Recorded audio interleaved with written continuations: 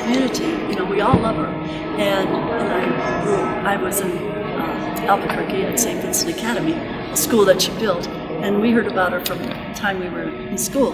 But now to hear her up for canonization is just almost mind-boggling. It's just wonderful. You know, she came from Italy when she was 4 years old, and after that she was educated by the Sisters of Charity, actually, and joined us when she was pretty young, and was sent to Trinidad, first of all, when she was still young, and then after that she started building schools immediately because she thought the school there was terrible. By the way, she's a great musician too. And once she got to a place, she taught them masses like Mozart's masses, that kind of thing. She's a great educator. And then they sent her to Santa Fe, and she was involved in all kinds of things there.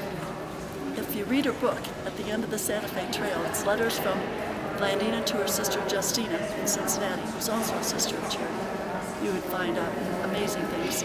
That's just half of her life, because she had the other half in Cincinnati, where she started the Santa Maria Institute, which is probably the first Catholic settlement house in the United States, and also for immigrants. She was always working with immigrants. She worked with human traffickers against human trafficking, both in Albuquerque and in Cincinnati. And she was made a probate officer, and just made more official about that. Her skills at building, and out of nothing, with nothing, funding, somehow she got it, were amazing. I got involved with her, by the way, when I was retired from our college, and they had all this material on Sister Blandina and said, could you organize it? Well, we have organized it, and it's about 12 boxes, and plus big boxes of wide boxes that are just filled with material. And letters, by the way, there in Spanish, English, Italian, and French. She spoke.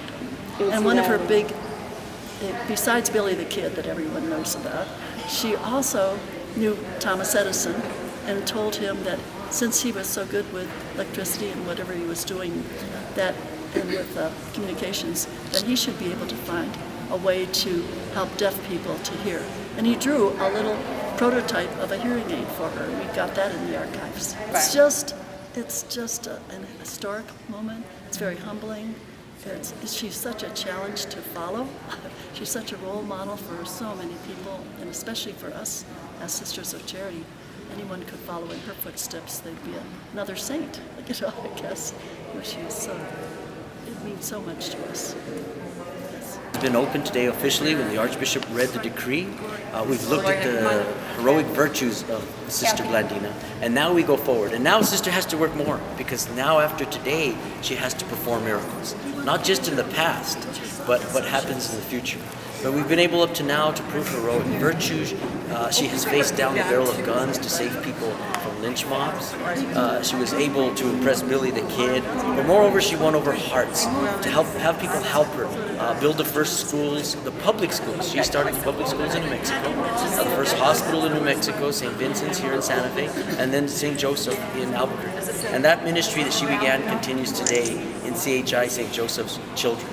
And so we look forward now to people praying to her and bringing forward miracles or heroic virtues or other acts that may have happened in the past, but now in the future. And so we anticipate a year of investigation, and then the cause will then be turned over to the Vatican, and we don't know how long that could take. That could take from 4 years to 400 years. But it's up to Sister. It's up to Sister Blandina and whatever work she'll do, because now that the decree's been read, it'll be a miracle needed to beatify her, and then after beatification, we'll need another miracle for her to be named saint.